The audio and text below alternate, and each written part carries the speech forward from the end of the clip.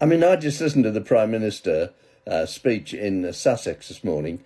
He was in Hastings, by the way, and he went on and he apologised 5 times, to my knowledge, during the speech that he didn't know that Peter Mandelson lied to him.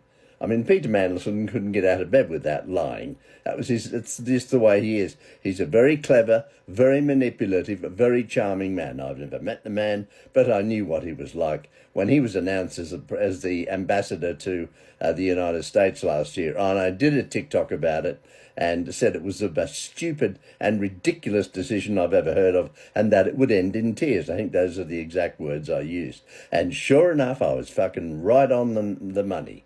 And of course, now people are comparing what's happening, and it's happening now. I personally don't think he can last. I think there are moves within the Labor Party. It'll have to be within the Labor Party because they have this bloody stupid, huge majority, which you voted for. I told you not to vote for Labor, because it all ends in tears, and it always will end in tears with Labor.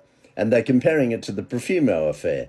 For those of you who are much younger than me, I remember the Profumo affair as if it was yesterday. It was a huge scandal. I was still in Australia at the time, and it was massive news. John Profumo, the Secretary of State for War at the time, had an affair in 1961 with Christine Keeler, a 19-year-old, very beautiful model.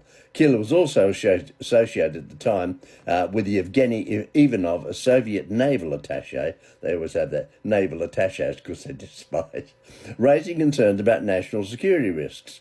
Profumo denied the affair to the House of Commons in '63, but a police investigation, ongoing now with regards to Mandelson, proved he had lied.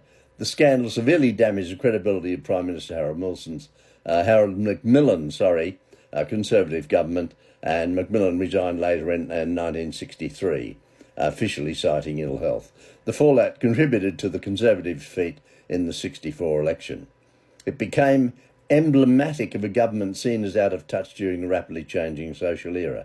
I believe that's the case here, of this government. I think they're out of touch. They think they're in touch, but they're not. They're out of touch. You've only got to look at them when you've got Prime Minister's Questions Time, and you look at the Labor MPs.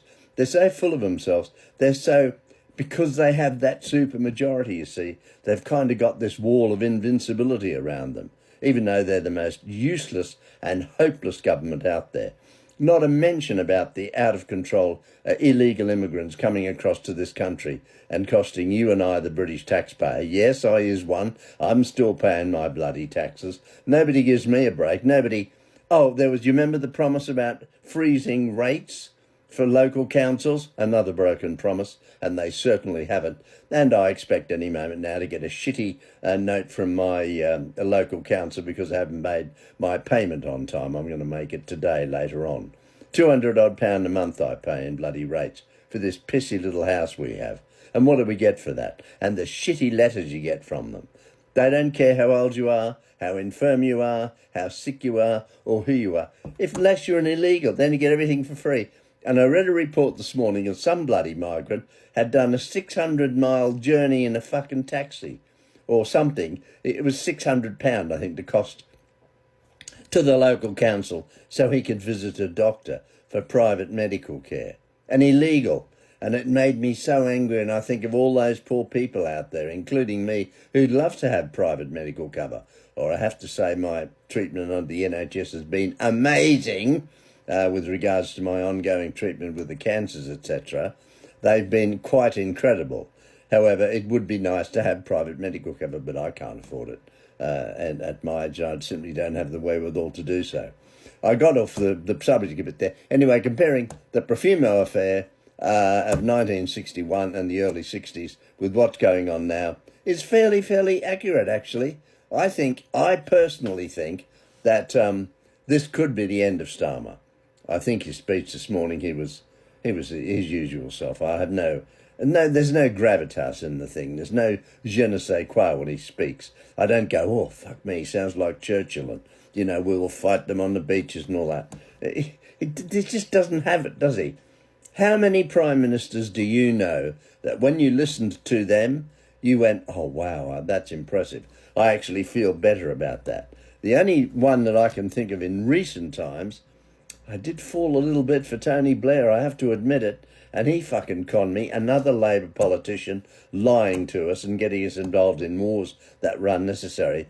And he's a devious, disingenuous piece of work, isn't he? He's done very nicely, though, with his institute or whatever the fuck he has. These people can ingratiate themselves, and people around the world can't see how fraudulent they are, how disingenuous they are. I mean, I find it quite extraordinary that you can't see through these people. I can fucking see it. Most of my people out there who follow me can see it. But these politicians, because they're feathering their own nest. The same goes for America. Oh, my God. I mean, you've only got to look at the Democratic Party in disarray in America. And the whinging and the bitching that goes on, the Democrat. All they ever want to do is Donald Trump, who I'm not a big fan of at all. Some of the things he's done that I do agree with, though, especially regarding immigration and things like that. I think he's done an amazing job. Look at how out of control immigration here. They're coming across in their bloody thousands, and we're doing nothing about it. And we've got veterans who are struggling to survive on the streets here and homeless and can't get anywhere to live. And an illegal comes over and gets everything for free immediately. I think it's fucking wrong. Something has to be done, and for fuck's sake, this government isn't going to do it. This government could last another 3 years or more. It's unbelievable. I mean, no wonder, Reform are doing so well. Am I a fan of Reform?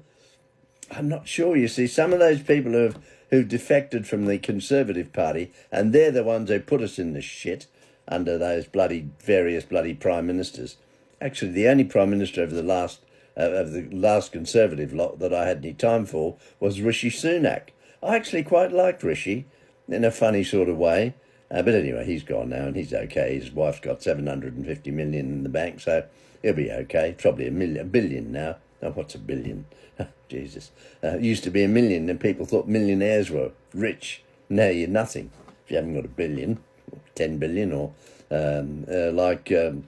what is it, Elon Musk now, and he's going to do this float of SpaceX and various other organisations he owns, and it could be the first person to be a trillionaire,